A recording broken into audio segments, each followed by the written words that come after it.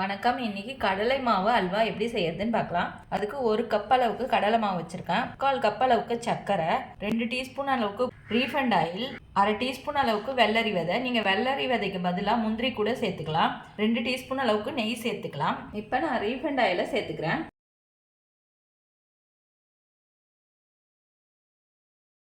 கடலை மாவு சேர்த்து நல்லா வறுத்துக்கலாம்.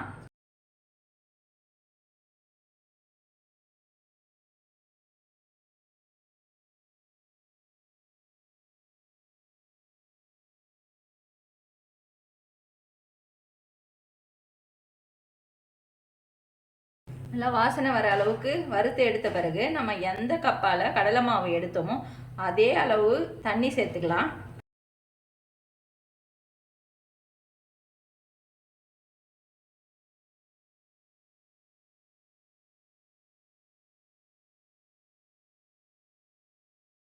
இப்போ சர்க்கரை சேர்த்துக்கிறேன்.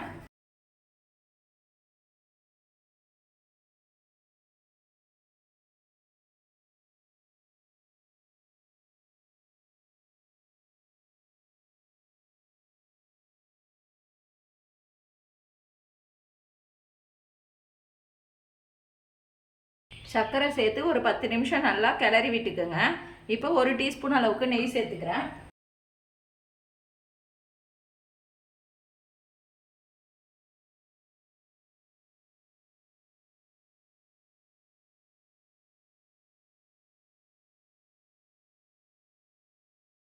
வெள்ளரி விதை சேர்த்துக்கிறேன்.